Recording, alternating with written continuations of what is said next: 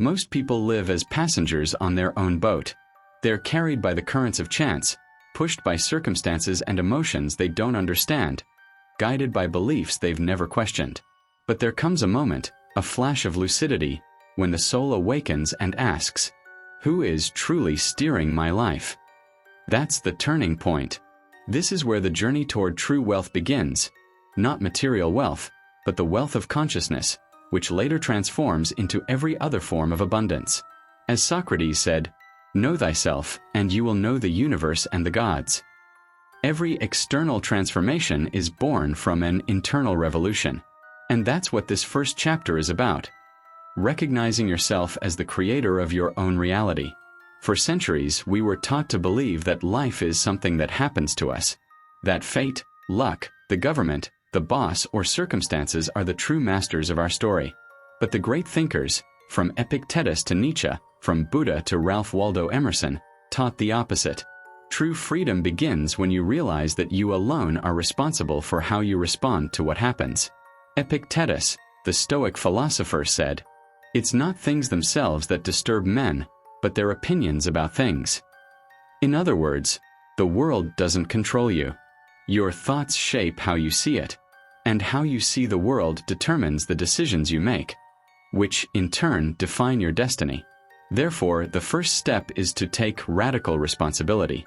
As long as you blame something outside yourself, you hand over the helm of your life to chance. There is no prosperity without consciousness. And consciousness means being awake, realizing that every choice, every thought, every word is a seed planted in the soil of destiny. Aristotle said that we are what we repeatedly do. Excellence, then, is not an act, it's a habit. When you begin to observe your mental habits, you notice something powerful. You can reprogram yourself. You can choose new thoughts. You can replace limiting beliefs with empowering convictions. You can decide that your story changes now. And this is where the shift happens. When you change internally, the world responds differently. Opportunities appear. The right people show up. Paths open. Not by magic, but because your energy changes. And the universe responds to the frequency of your consciousness. The Stoics called this ataraxia, the state of serenity amid chaos. To control your life doesn't mean eliminating emotions, but learning not to be ruled by them. Seneca wrote, "No wind is favorable to the one who doesn't know to which port he sails." When you define your inner direction, you learn to use every emotion. Fear, anger, sadness, as a compass. Fear shows you where you need to grow. Anger reveals where there's imbalance. Sadness points to what needs healing. To control your own life is to understand yourself deeply, and then act with purpose. Wealth is not about having much, it's about feeling complete. It's living in coherence with who you are. External prosperity is a reflection of internal order. Buddha said, "With the right mind, everything flourishes." The right mind is the one that consciously decides what it wants to create. You are not a victim of your past, nor a prisoner of circumstance. You are the sculptor of your reality. And the marble is your own thought. Take a piece of paper and write down 3 areas of your life where you feel you've lost control. What you believe is holding you back. One simple action you can take today to regain command. Then write in big letters, "I am the controller of my life. Nothing outside of me defines who I am." Read this sentence daily. Feel it. Live it. It will become the starting point of your transformation. From now on, there are no more excuses, only choices. You can keep reacting to the world, or you can start creating it. Remember Nietzsche's words. Become who you are. Reality is a mirror. It doesn't show what you wish for. It shows what you believe. Many people try to change the world through external action but keep getting the same results because they still think in the same way. The mind, invisible and silent, is the true workshop where destiny is shaped. As Marcus Aurelius, the philosopher-emperor, said, "A man's life is what his thoughts make of it." In other words, what you think about constantly, consciously or unconsciously, begins to take form in the material world. Wealth, before it's a number in a bank account, is a mental vibration, a state of being. The mind as a creative field, Imagine the mind as fertile soil. Each thought is a seed. If you plant ideas of scarcity, fear, and doubt, you will harvest limitations, insecurities, and missed opportunities. But if you plant ideas of abundance, courage, and faith, you'll begin to harvest synchronicities, confidence, and results. Buddha said, "All that we are is the result of what we have thought." Modern science, interestingly, confirms what ancient masters already knew. Your brain doesn't distinguish between what's imagined and what's real. When you visualize something with emotion and intention, the brain creates neural connections as if it were actually happening. This means that reality begins in imagination. Thought is the sketch, and action is the brush that brings the painting to life. The trap of automatic thinking. Most people think the same kinds of thoughts every single day. About 90% of today's thoughts are repetitions of yesterday's. And that's why their lives change so slowly. It's like driving down the same old road expecting to reach a new destination. It doesn't work. To change your destiny, you must change your mental road. And it starts with one simple act: observing what you think. Epictetus said, "No man is free who is not master of himself." To be master of yourself is to be master of your thoughts. Not letting fear decide, the past dictate, or others' opinions steer you.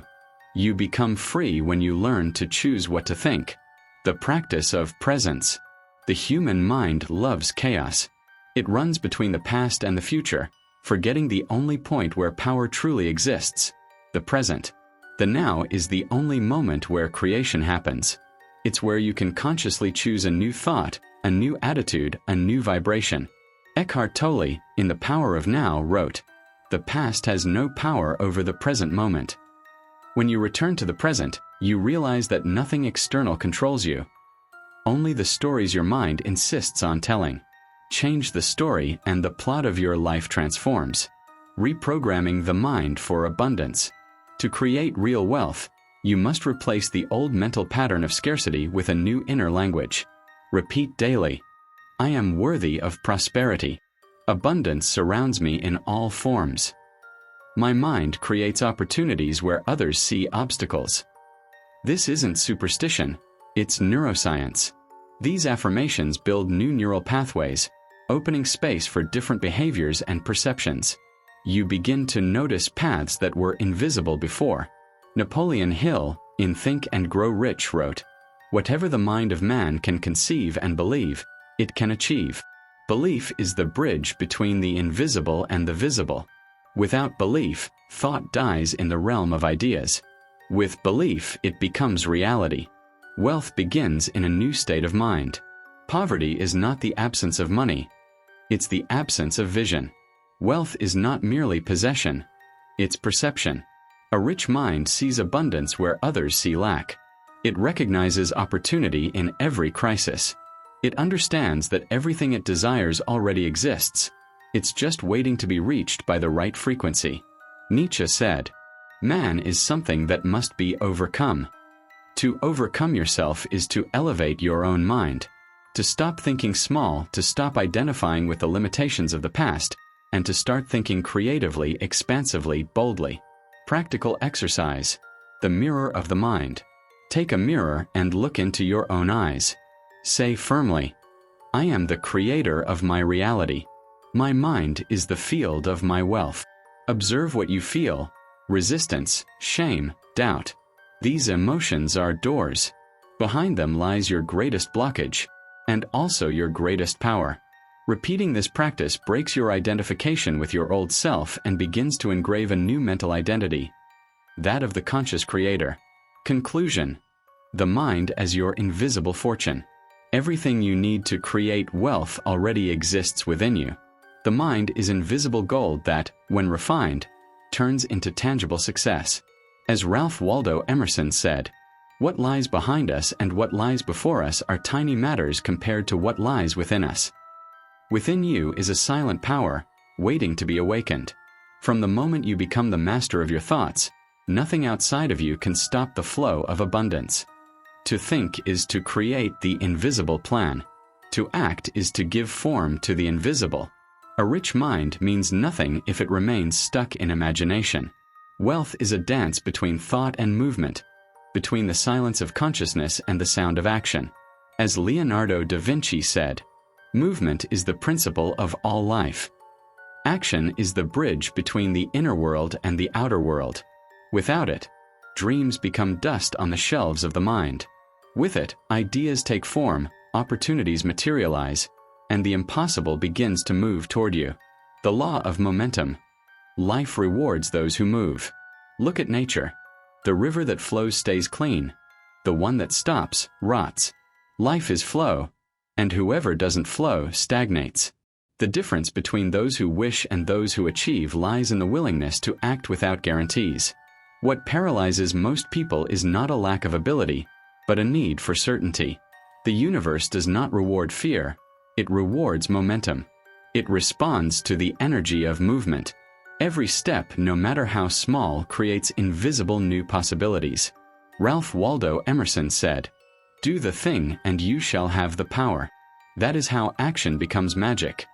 When you move, the world rearranges itself to respond. The courage to start imperfectly.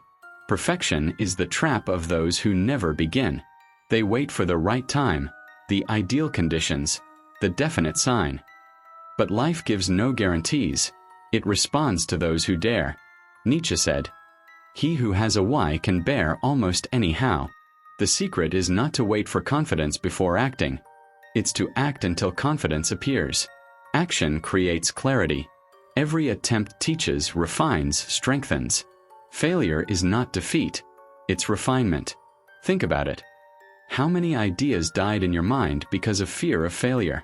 How many doors never opened because you waited to feel ready? The truth is simple. You become ready when you start.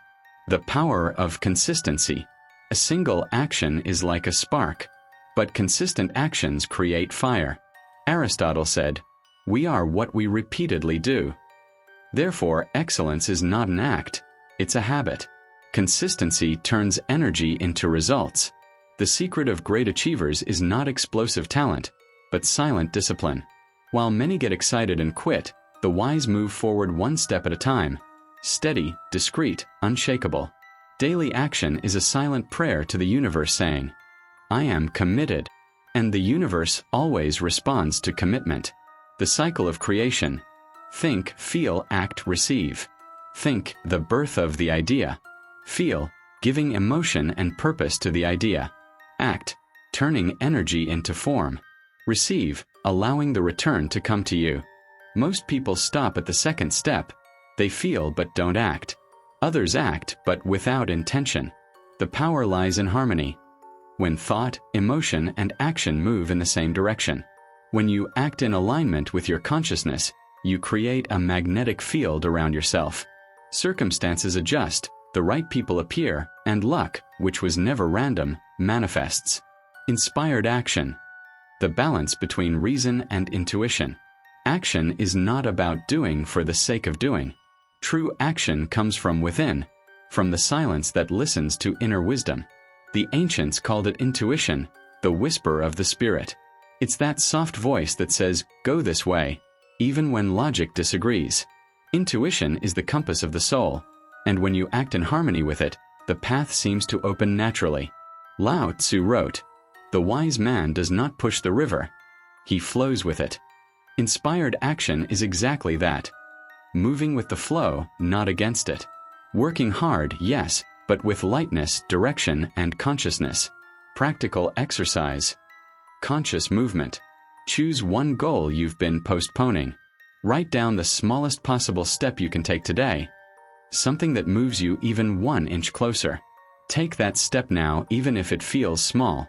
Then say aloud, "I move, and the universe moves with me." That's the secret. Action generates energy. Energy generates opportunity. Opportunity generates growth. Inertia is the opposite of prosperity. Conclusion. Wealth loves movement. Wealth is flow. It avoids stagnation and runs toward expansion. Life doesn't wait for those who hesitate. It reveals itself to those who dare. Fear paralyzes, doubt consumes. But action transforms everything. Every step you take is a silent declaration of faith. As Goethe said, Whatever you can do or dream you can, begin it. Boldness has genius, power, and magic in it. The mind creates the plan. The heart gives the impulse. But it's action, persistent, conscious, inspired, that turns the invisible into reality. The one who acts becomes a co-creator with the universe. And it is at that moment that the ordinary man becomes the creator of his own destiny. Achievement is only the beginning. Many reach greatness, but few can sustain what they have achieved. The secret of true wealth is not in reaching the top, but in remaining steady when the wind blows, and it always blows. Inner discipline is the invisible foundation of lasting abundance. Without it, the mind scatters, emotions fluctuate, and results fade. With it, chaos turns into strength, and success stops being an accident. It becomes a natural consequence. As Buddha said, "Victory over yourself is 1,000 times greater than winning 1,000 battles." Discipline is that silent victory, the mastery of self that transforms desire into consistency, purpose into power, and awareness into stability. The difference between control and mastery. Many confuse discipline with rigidity, but they are opposites. The rigid try to control the world. The disciplined master themselves. Control is born of fear. Fear of losing, failing, or being rejected. Mastery is born of awareness. Knowing that nothing external can take you off center unless you allow it. Epictetus said, "No man is free who is not master of himself." Self-mastery is true power. It's choosing to respond instead of reacting. It's maintaining focus when the world distracts you. It's staying calm when chaos calls your name. Routine as a temple. Discipline is not a prison. It's structured freedom. Just as a river needs banks to flow, the mind needs structure to create. Creating a conscious routine is like building an inner temple. It's not about doing the same thing every day, but about preserving the space where your best self can flourish. Marcus Aurelius, the Stoic emperor, wrote in his journal daily, not for the world, but for himself. It was his ritual of lucidity, his way of staying awake amid the temptations of power. Create your own rituals. Morning silence to listen to your mind. Readings that elevate your spirit. Daily movement to awaken the body. Evening reflection to align the day with your purpose. Discipline begins with these small sacred acts. Their sum builds the inner fortress. Resistance. The inner enemy of greatness. Every time you decide to grow, something inside you resists.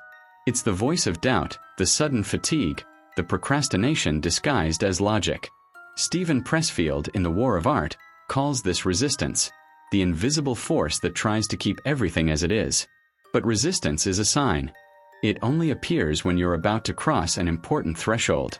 So instead of fighting it, use it as a compass. Feel fear. That's where growth awaits you. Feel laziness. That's where discipline needs to be born.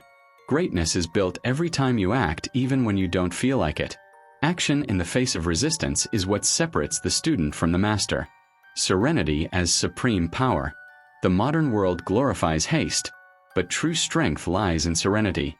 Seneca said, "Nothing is more powerful than a mind at peace." To be disciplined is not to live tense, it's to live centered. It's acting with calm, speaking with clarity, deciding with presence. The undisciplined man reacts. The disciplined man creates from stillness. When the mind is serene, thought becomes clear. When thought is clear, action is precise. And when action is precise, results are inevitable. Discipline as an act of self-love. Many see discipline as a burden, but it's actually an act of love.